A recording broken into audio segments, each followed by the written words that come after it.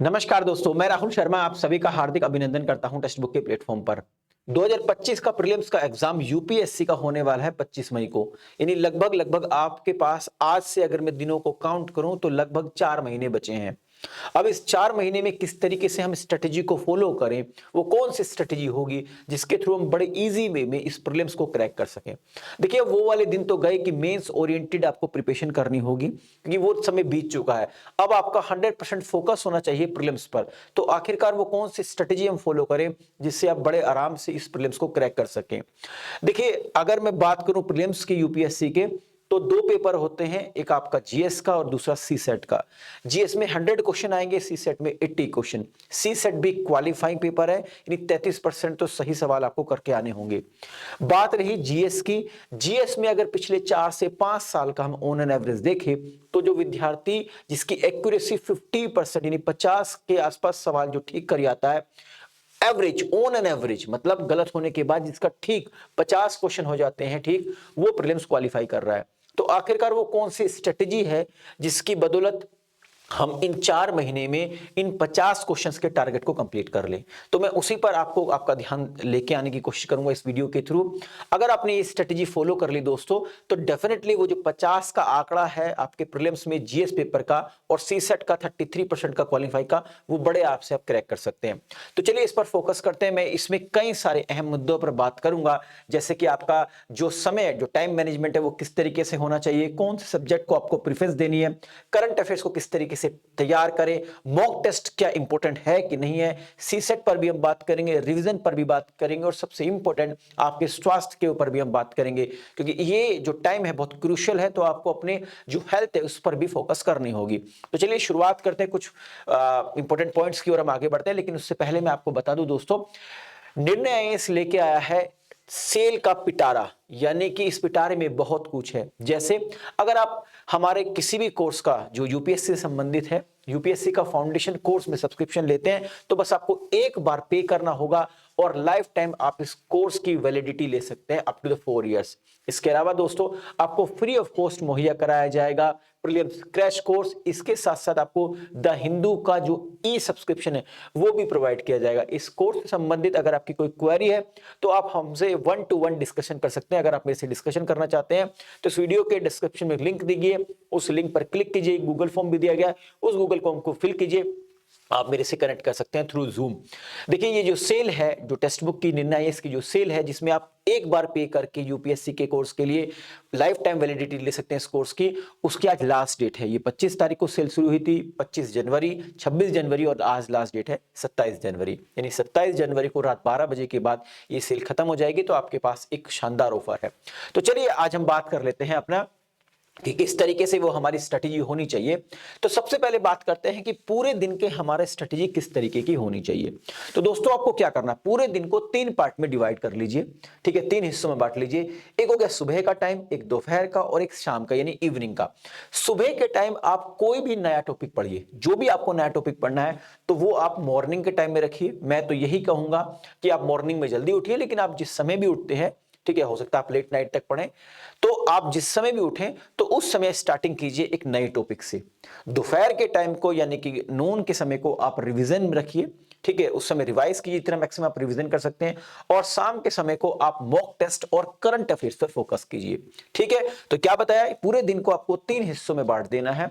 सुबह नए टॉपिक से शुरुआत करनी है, दोपहर रिवीजन से और शाम को मॉक टेस्ट और करंट अफेयर्स। ठीक है दोस्तों, मॉक टेस्ट और करंट अफेयर्स बहुत इंपॉर्टेंट है। मैं आपसे ये कहूंगा कि आपको कम से कम, अब ये समय आ चुका है कि एटलीस्ट एक दिन के अंदर 7 से 8 घंटे तो पढ़ना ही होगा। अगर 7 से 8 घंटे आप नहीं पढ़ पा रहे हैं तो शायद ये स्ट्रेटेजी फेल हो जाए दोस्तों। अब इसके बात करते हैं, दूसरा इंपॉर्टेंट पॉइंट है कि कौन कौन से सब्जेक्ट हैं जिनको हमें प्राथमिकता देनी चाहिए। तो यहां पर मैंने कुछ सब्जेक्ट लिखे हुए हैं जिनको आपको प्रेफरेंस देनी है दोस्तों। जैसे इसमें से सबसे पहले आता है राज्य व्यवस्था, दूसरा इतिहास, तीसरा ज्योग्राफी, फोर्थ वन है अर्थव्यवस्था यानी इंडियन इकोनॉमी, पर्यावरण और साइंस एंड टेक्नोलॉजी। अब दोस्तों इन सब्जेक्ट में से मैं 2 सब्जेक्ट आपको बताऊंगा कि जिस पर आपको बहुत ज्यादा फोकस करना है। ये सभी पढ़ने हैं लेकिन सबसे ज्यादा जो फोकस करना है वो करना है आपको दोस्तों भारतीय राज्य व्यवस्था पर। मैं क्यों कह रहा हूं भारतीय राज्य व्यवस्था? देखिए भारतीय राज्य व्यवस्था में से ऑन एन एवरेज हर साल 25 क्वेश्चन आते हैं। अगर आपने इसको अच्छे से तैयार कर लिए तो 25 में से बड़े आराम से आप 20 क्वेश्चन करके आ सकते हैं। इसके अलावा दूसरा सब्जेक्ट आपको जो फोकस करना है वो करना है इंडियन इकोनॉमी। इंडियन इकोनॉमी में ऑन एन एवरेज 16 से 17 क्वेश्चन आते हैं। अगर आपने ठीक तरीके से पढ़ लिया तो 12 के आसपास आप क्वेश्चन कर आएंगे। यानी कि इन्हीं 2 सब्जेक्ट से, इंडियन पॉलिटी और एक इंडियन इकोनॉमी से, आप लगभग 32 के आसपास क्वेश्चन कर सकते हैं। यानी 20 क्वेश्चन आप करके आ सकते हैं इंडियन पॉलिटी से और 12 क्वेश्चन आप करके आ सकते हैं इंडियन इकोनॉमी से। यानी 32, 50 में से 32 क्वेश्चन तो ये 2 सब्जेक्ट ही आपके करा देंगे। तो यानी कि इन 2 सब्जेक्ट को ज्यादा प्रेफरेंस दीजिए। इसके बाद अगर आपको इतिहास पढ़ना है तो इतिहास में मैं कहूंगा अब आप ज्यादा फोकस कीजिए आधुनिक भारत के स्पेक्ट्रम पर, और प्राचीन और जो मध्यकालीन जो इतिहास है उसके लिए आप एनसीईआरटी पढ़ लीजिए, उसी को रिवाइज कीजिए, ज्यादा समय मत बर्बाद कीजिए।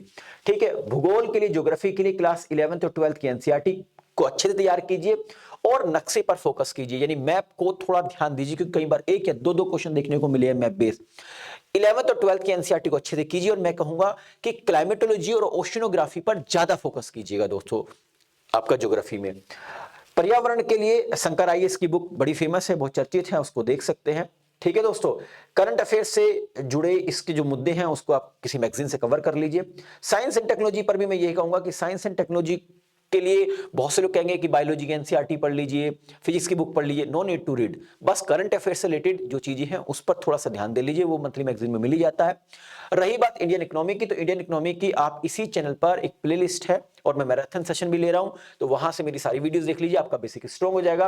और बजट और आर्थिक सर्वेक्षण यानी कि जो इकोनॉमिक सर्वे है और यूनियन बजट है, जब वो पेश होगा तब मैं उस पर भी वीडियो आपको बना के यहाँ इस चैनल पर अपलोड कर दूंगा। इसके अलावा यूनियन बजट के 4 पेज के नोट्स और इंडियन इकोनॉमिक सर्वे के भी 4 पेज के नोट्स, यानी टोटल 8 पेज के जो नोट्स होंगे मैं आपको मुहैया करा दूंगा मेरे टेलीग्राम चैनल में। टेलीग्राम चैनल की लिंक क्या है वो एक बार आपको भी बता दूंगा। अब बात करते हैं दोस्तों करंट अफेयर्स की। तो देखिए करंट अफेयर्स के लिए बहुत सारे लोग कहेंगे ये वीडियो देखिए, वो वीडियो देखिए, ये वाला न्यूज़पेपर पढ़िए। कुछ नहीं करना। करंट अफेयर्स के लिए एक सिंपल सा जो सोर्स है दोस्तों वो है आपको मंथली मैगजीन। आपको मंथली मैगजीन पर फोकस करना है, मंथली मैगजीन तैयार करनी है। जो भी मंथली मैगजीन आपको पसंद आए पढ़ने में, आप कहेंगे सर हमें कौन, आप बता दीजिए कौन सी मंथली मैगजीन पढ़नी है, कौन से पब्लिशर्स की मैगजीन लेनी है या किस इंस्टीट्यूशन की लेनी है। आपको जो भी मार्केट में 4-5 मैगजीन आपने जिनका नाम सुना है, एक फर्स्ट पहले महीने उनको खरीद लीजिए। ठीक है, खरीद के उनमें से 5 को रीडिंग दीजिए, जो पढ़ने में आपको सबसे सिंपल लगे उस मंथली मैगजीन को लगा लीजिए, पढ़ना शुरू कर दीजिए। जून 2024 से लेके आपको पढ़ना है और कब तक पढ़ना? अगस्त में आपका मेंस होगा, तो यानी कि जुलाई तक आपको, जून 2024 से लेके जुलाई 2025 तक का आपको करंट अफेयर्स तैयार करना है। जून की मैगजीन आएगी आपकी कब? जुलाई में। जून 2024 की मैगजीन कब आएगी? जुलाई में। तो जुलाई से पढ़ना शुरू कीजिए। मतलब अभी आप क्या कीजिए, क्योंकि अब तो आपके पास अभी जनवरी चल रहा है, तो पिछली मैगजीन में लीजिए और सारी मैगजीन को कम से कम एटलीस्ट 3 बार पढ़िए। जब 3 बार पढ़ेंगे और उसके शॉर्ट नोट्स बनाइए। मैं तो ये कहूंगा कि देखिए हर मैगजीन के अंदर हर सब्जेक्ट दिया होता है, पॉलिटी दिया होता है, ज्योग्राफी दिया होता है, साइंस एंड टेक दिया होता है, तो सबकी क्या कीजिए, आप एक नोटबुक बना लीजिए। साइंस एंड टेक पढ़ा मंथली मैगजीन से, उसके शॉर्ट नोट्स अपनी कॉपी में लिख लीजिए। ठीक है, जून महीने के। इसी तरीके से जून महीने की पॉलिटी के जो करंट अफेयर्स है मैगजीन के अंदर दिया, उसको भी अपने शॉर्ट नोट्स बना के अपनी एक नोटबुक में लिख लीजिए। तो जितने एक मंथली मैगजीन में लगभग 10 सब्जेक्ट होते हैं, तो 10 नोटबुक बना लीजिए। इसी तरीके से जून के नोट्स शॉर्ट अपनी नोटबुक में बना लिए। फिर अब जुलाई की मैगजीन पढ़ेंगे तो उसके भी शॉर्ट नोट्स उन 10 मैगजीन में, अपने 10 नोटबुक में लिख लीजिए। यानी कि ऐसे लेके जून से लेके आपके जुलाई 2025 तक, जून 2024 से लेके जुलाई 2025 तक के जो मैगजीन है उसके शॉर्ट नोट्स आपकी उन 10 नोटबुक में तैयार होते रहेंगे। पॉलिटी की अलग नोटबुक हो जाएगी, हिस्ट्री की अलग हो जाएगी, ज्योग्राफी की अलग हो जाएगी, साइंस एंड टेक की अलग हो जाएगी, एनवायरमेंट की अलग हो जाएगी। अब उन मंथली मैगजीन को रिवाइज करना थोड़ा मुश्किल हो जाएगा, लेकिन जो शॉर्ट नोट्स हैं उनको रिवाइज करना बहुत आसान हो जाएगा। तो मैं आपसे यही कहूंगा, अब केवल और केवल मंथली मैगजीन पर फोकस कीजिए।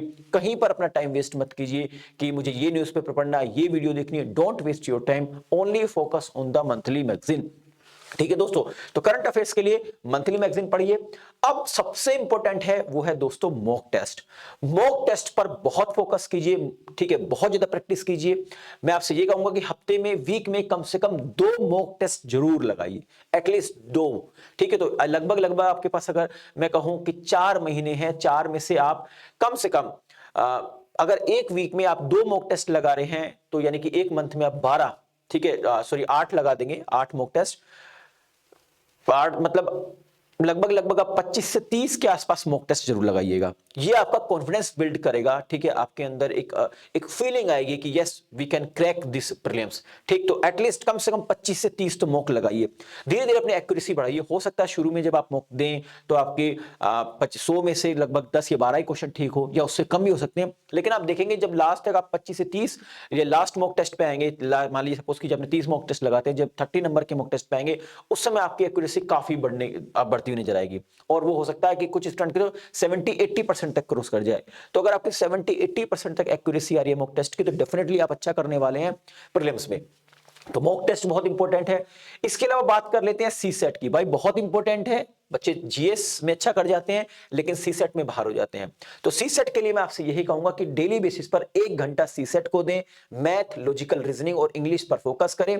पिछले साल के सी सेट के पेपर सोल्व करें। मैं ये कहूंगा 2014 से लेकर 2024 तक जितने भी सी सेट के पेपर आए हैं उन सभी को क्या कीजिए, उन सभी को लगा लीजिए। पहले तो एनालिसिस कर लीजिए किस किस तरीके क्वेश्चन पूछता है सी सेट में से, और उसके बाद फिर उन्हीं क्वेश्चंस को जहां से भी आपको उसका मान लीजिए मैथ्स में जितने भी टॉपिक्स हैं उनको समझने में कोई दिक्कत है तो आप टेक्स्ट बुक पर हमारे टीचर्स हैं उनकी वीडियोस देख लीजिए। जहां से भी आपको सही लगता है वीडियोस को समझ के या कॉन्सेप्ट को समझकर, कहीं से आप पढ़ते हैं किसी बुक से कॉन्सेप्ट को पकड़ समझकर, क्या कीजिए पिछले जो लगभग 2014 से लेकर 2024 तक के जो क्वेश्चंस हैं उनको सोल्व कर लीजिए। डेली बेसिस पर 1 से 1.5 घंटा इसको दीजिए।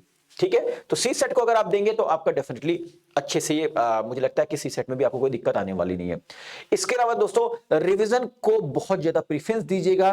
ठीक है, पढ़ाई के साथ साथ हफ्ते में एक बार जितना आपने पढ़ा है उसको कंप्लीटली रिवाइज कीजिए। महत्वपूर्ण बिंदुओं का दोबारा से पूर्वावलोकन कीजिए। ठीक है, और महीने में कम से कम एक पूरा जितना आपने पढ़ा है उनसे संबंधित जो टॉपिक है उनके पीवाईक्यू कीजिए, और एक final full flash mock test भी दीजिए पूरा रिवीजन करने के बाद। इसके अलावा दोस्तों स्वास्थ्य बहुत महत्वपूर्ण है, क्योंकि इस समय आप देख रहे होंगे आप पे प्रेशर भी है। ठीक है, मेंटली प्रेशर भी है, आप दिमागी तौर से एक प्रेशर आ रहा है आपके कि कैसे होगा, कैसे कर पाएंगे, क्या होगा कि नहीं होगा। इतना मुश्किल नहीं है, बस आपको अपने स्वास्थ्य पे भी ध्यान देना है। मैं तो ये कहूंगा कम से कम डेली बेसिस पर 30 मिनट्स, आधा घंटा मेडिटेशन जरूर कीजिए। ठीक है, मेडिटेशन करने से आपको जो चीजें हैं वो नजदीक आती हुई नजर आएंगी, आपका लक्ष्य नजदीक आता नजर आएगा।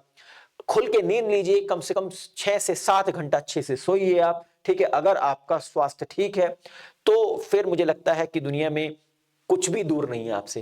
तो तैयारी कीजिए लेकिन स्वास्थ्य को ठीक रखिए, अपनी हेल्थ पर जरूर फोकस कीजिएगा। 6 से 7 या कुछ लोग 7 से 8 घंटा नींद लेना चाहते हैं तो लीजिए, नींद पूरी लीजिए। ठीक है, थोड़ा सा मेडिटेशन और योगा कर सकते हैं तो वेल एंड गुड। ठीक है, खाने पीने का थोड़ा सा आउटसाइड फूड पर थोड़ा सा उसको दूर रखिए, क्योंकि स्वास्थ्य ठीक है तभी एग्जाम क्लियर हो पाएगा। ठीक है दोस्तों, तो ये मेरी कुछ स्ट्रेटेजी है। अगर आप आने वाले इन 4 महीने में ये स्ट्रेटेजी फॉलो करते हैं तो डेफिनेटली आपका ये एग्जाम बड़े आराम से क्लियर हो जाएगा। यानी कि जो प्रीलिम्स में जीएस में 50 क्वेश्चन आते हैं और सीसेट में 33% क्वालिफाइंग है, वो दोनों आप कवर कर सकते हैं। जाने से पहले दोबारा से आपको इंफॉर्मेशन दे देता हूं रिगार्डिंग जो बिग डिस्काउंट्स है लाइफ टाइम वैलिडिटी के साथ, तो उसके बारे में बता देता हूं। अगर आप यूपीएससी का सब्सक्रिप्शन लेते हैं टेक्स्ट बुक का, फाउंडेशन कोर्स का, तो 1 ईयर के सब्सक्रिप्शन फीस में आपको लाइफ टाइम वैलिडिटी मिलेंगी अप टू द 4 ईयर। इसके साथ साथ आपको द हिंदू का ई सब्सक्रिप्शन भी फ्री ऑफ कॉस्ट मुहैया कराया जाएगा। प्रीलिम्स क्रैश कोर्स भी फ्री ऑफ कॉस्ट मुहैया कराया जाएगा। अगर आप किसी टीचर से 1-to-1 डिस्कशन करना चाहते हैं तो वो फैसिलिटी भी अवेलेबल है। दोस्तों इस वीडियो के डिस्क्रिप्शन में जाइएगा, वहां पर एक लिंक दी गई है, वहां पे क्लिक कीजिए। सिंपल से स्टेप्स को फॉलो करते हुए आप इस सेल का फायदा उठा सकते हैं। इसकी लास्ट डेट आज ही है दोस्तों। ठीक है, यानी 27 जनवरी को इसकी लास्ट डेट है। इसके अलावा मैं आपको एक इंफॉर्मेशन और दूंगा। अगर आप मेरे से कनेक्ट करना चाहते हैं तो इस वीडियो के डिस्क्रिप्शन में गूगल फॉर्म है, उस गूगल फॉर्म को फिल कीजिए, आप मेरे से कांटेक्ट कर सकते हैं। दोस्तों ये रही मेरी टेलीग्राम चैनल का लिंक, इस टेलीग्राम चैनल पर आप ज्वाइन कर लीजिए, थोड़ी देर बाद इस वीडियो के आपको पीडीएफ वहां पर ये मुहैया हो जाएगी। तो आई थिंक इस वीडियो के माध्यम से जो स्ट्रेटेजी मैं आपको बताना चाह रहा था वो आप तक पहुंच गई होगी। आप सभी का बहुत बहुत शुक्रिया। नमस्कार, जय हिंद दोस्तों।